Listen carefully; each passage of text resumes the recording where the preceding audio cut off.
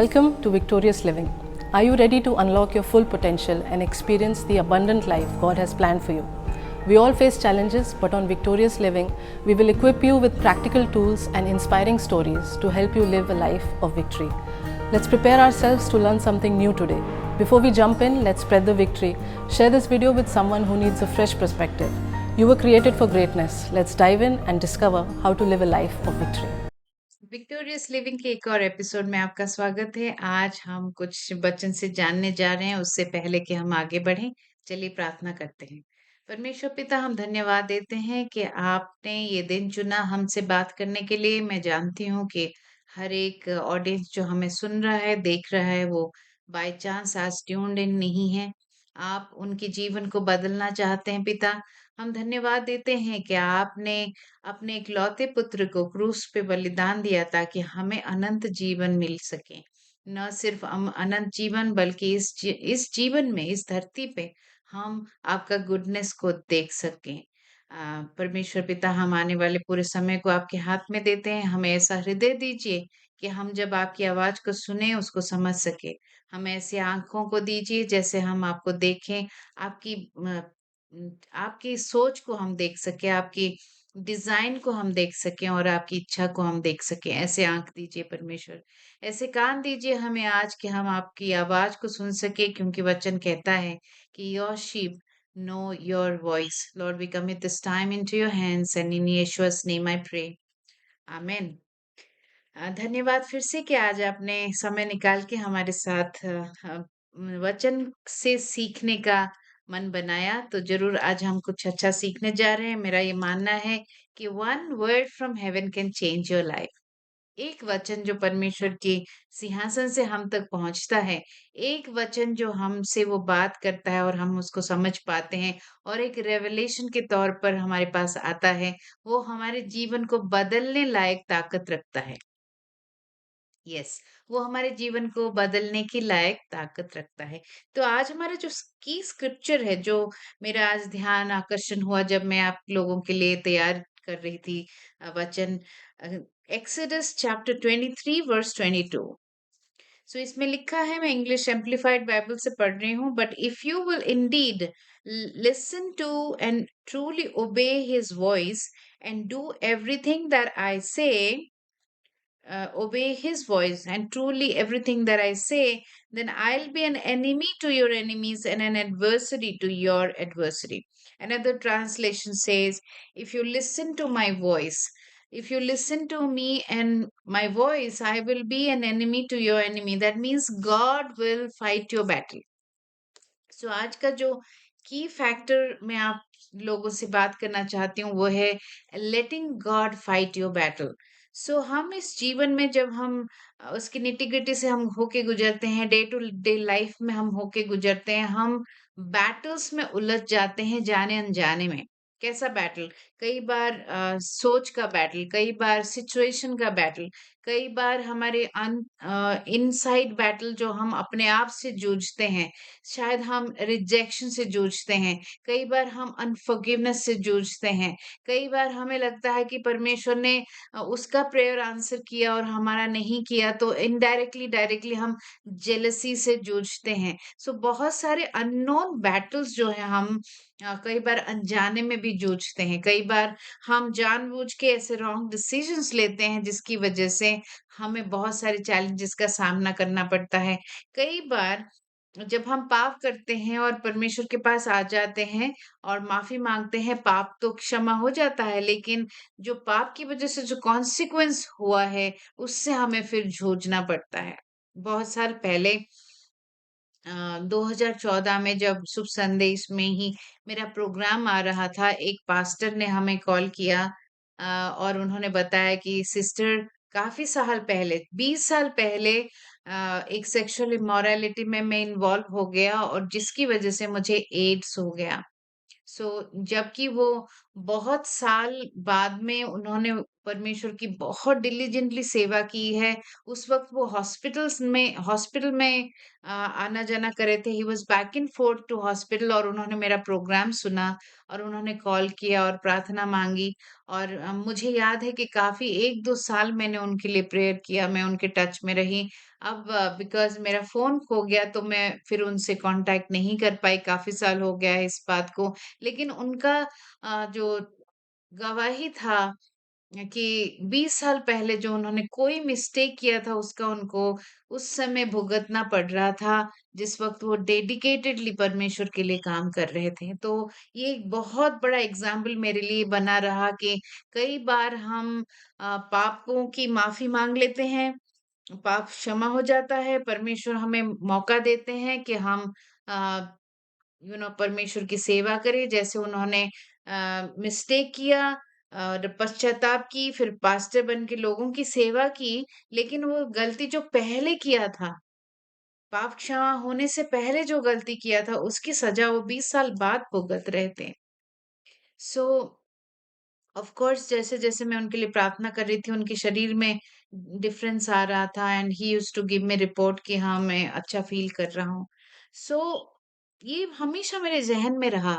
ये जो कॉल है मैं कभी भूल नहीं पाई। कई बार हमें लगता है कि हम टीवी में प्रचारक हैं हम बहुत लोगों तक पहुँच रहे हैं तो 50-60 कॉल जो आते हैं हमारे पास एक दिन में, वो क्या मायने रखेगा? पहले उन ज़माने में वो पर डे का 50-60 कॉल जो आता था मैं वो खुद अटेंड करती थी, आज मेरा टीम करता है। लेकिन जब मैं हमेशा याद रखती हूँ 2-3 जो ऐसे कॉल्स जो मैंने खुद पर्सनली अटेंड की थी, उस दौरान ये कॉल था। और एक गवाही था कि एक माँ ने मुझे मैसेज किया कि मेरा बेटे को बहुत तेज फ़ीवर है, तो 104 के आस-पास फ़ीवर था तो मैंने उनको मैसेज में रिप्लाई किया कि मैं इसी वक़्त उनके फ़ीवर के लिए प्रार्थना कर रही हूँ और वो फ़ीवर जब चला जाए तो आप मुझे बताना। तो इमीडिएटली 2-3 घंटे के बाद उनका मैसेज आया कि जैसे ही मैंने आपका मैसेज मेरे बेटे को दिखाया, वो एकदम से उठ के बैठा और उसका 104 फ़ीवर जो है वो चला गया। तो जब हम परमेश्वर के काम को देखते हैं ऐसे और वो उठ के बैठ के खाना मांगने लगा सो जस्ट एग्जैक्टली जैसे बाइबल में होता है सो हमें बहुत अच्छा लगता है जब हम देखते हैं कि परमेश्वर हमारे जरिए से काम करता है आई एम श्योर कि आप ये प्रोग्राम बाय चांस नहीं देख रहे हैं परमेश्वर आपके जीवन में काम करना चाहता है so back to our Bible study today इस यहाँ पे लिखा है if you will indeed listen to and truly obey his voice so हमारी जो कामयाबी है वो परमेश्वर की आवाज को सुनने में है our success lies in the voice of god the how well we are able to hear the voice of god पहला स्टेप दूसरा स्टेप जब हम आवाज को सुने तो how quickly are we able to obey the voice of God कई बार मैंने अपने आप में देखा है, मैंने बहुत बार कोशिश किया है कि मैं इमीडिएटली परमेश्वर की बातों को मानूँ, लेकिन बहुत बार ऐसा होता है कि हम इमीडिएटली बात नहीं मान पाते हैं। या तो हमें लगता है कि ऐसा कैसा पॉसिबल है, इतना बड़ा टास्क है हमारे सामने और परमेश्वर ने करने को बोला और हम शायद नहीं कर पाएँगे। सो कई बार हमारा लॉजिक जो है, रीज़निंग अबाउट द सिचुएशन रोक लेता है कि हम परमेश्वर को ओबे नहीं कर पाते हैं।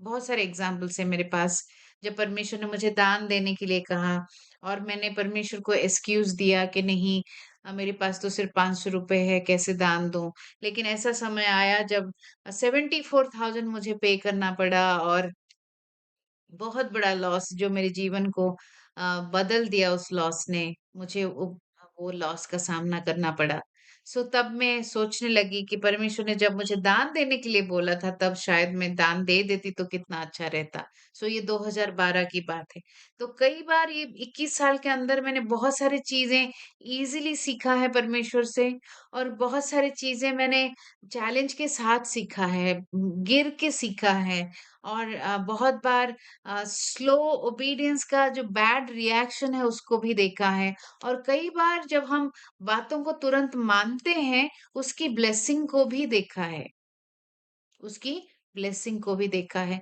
लगभग अब ऐसा मैंने लाइफस्टाइल बनाया है कि अगर मैं परमेश्वर की आवाज को सुनूं तो मैं बिना लॉजिक इस्तेमाल करे उनकी बातों को मान सकूं। मैं कोशिश करती हूँ, लेकिन बहुत बार हमारी जो चैलेंज है परमेश्वर की आवाज को सुनने में है। तो आज मैं आपको बताऊंगी कुछ चीजें आप जो करें जिससे आप अपनी, जैसे हम नाड़ी समझते हैं, नाड़ी समझ, पहले जमाने के वैद्य जो होते थे वो नाड़ी चेक करके देखते थे कि क्या बीमारी है, वैसे ही हम एक स्पिरिचुअल हमारा चेक कर सकते हैं। आज मैं उसके बारे में आपको बताने जाऊंगी। उससे पहले मैं प्रार्थना करती हूँ कि परमेश्वर आपकी जो हृदय की आंखों को खोले, ताकि जैसे जैसे मैं आपसे बात कर रही हूँ आपके ज़हन में वो सारे सिचुएशन आए और आपके ज़हन में वो सारे अम, अ, आपका अटेंशन उस एरिया में जाए जहाँ पे आपको चेंज लाने की ज़रूरत है। ये मेरी दुआ है आज आपके लिए।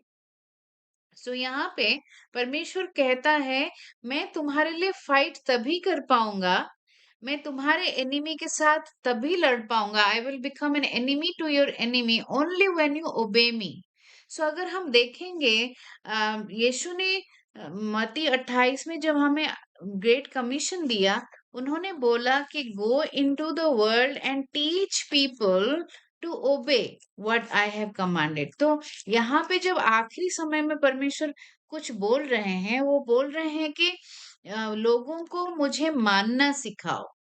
क्यों उन्होंने और कुछ नहीं बोला? क्यों उन्होंने ये बोला मत्ती के 28-19 में, go therefore and make disciples of all nations, help the people to learn of me, believe in me and obey my words. ये हमारा ग्रेट कमीशन है। ये सिर्फ पास्टर्स लीडर्स के लिए नहीं है, ये सबके लिए है जो विश्वासी है।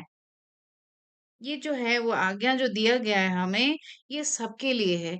और इसमें उन्होंने हाईलाइट किया है कि जब तुम लोगों को बताओगे मेरे बारे में बिलीव करने के लिए, तो तुम जरूर उनको ये बताना कि उनको मेरी बात माननी है। Why he emphasized on obedience. मेरा पर्सनली ये मानना है, उन्होंने परमेश्वर यीशु ने जाते जाते एम्फसाइज किया ओबीडियंस पे, क्योंकि सिर्फ ओबीडियंस ही हमें बचाता है उन उन ट्रैप्स और उन स्नेर से जो हम खाली आंखों से देख नहीं पाते हैं। I repeat it again, only obedience saves us from the things that we can not see with our naked eyes. जो हम परसीव नहीं कर पाते हैं, जो हम देख नहीं पाते हैं, क्योंकि हमें बहुत इमीडिएट चीजें दिखती हैं, हमें दूर की चीजें नहीं दिखती हैं। We can't see what is coming 1 year down the line. We can't see what will happen 10 years down the line. We do not see our eternal life, how it is, how it is going to be, how it is going to be 50 years down the line. We really don't know. So Parmeshwar ne, he has seen the end from the beginning. Before even the foundation of the earth, he knows exactly what is going to happen. आज मैं जब morning में devotion कर रही थी, I could ask God to give me an understanding about his timeline, how he works with time, because he is beyond time. सब परमेश्वर घड़ी नहीं है। God is not a watch, he is time himself. So परमेश्वर जो है वो घड़ी नहीं है, वो समय है, वो खुद समय है, वो सब कुछ जानता है। इसीलिए वो चाहता है कि हम उसको ओबे करें। अगर हम गार्डन ऑफ ईडन में जाएंगे, हम देखेंगे कि शुरुआत की जो स्ट्रगल वहीं पे शुरू हुई जहां पे ओबीडियंस नहीं हुआ। और मैंने जो देखा है, ह्यूमन बीइंग जो है वो नेचुरली डिसोबीडियंट है। हम बात मानना बिल्कुल नहीं पसंद करते हैं। Thank you for joining us today, and I hope you were blessed by this message. Let's use this encouragement to spread hope and light not only in our own lives, but also in our families and communities. If this message resonated with you, leave a comment and let us know how God is working in your lives. Stay victorious and be blessed.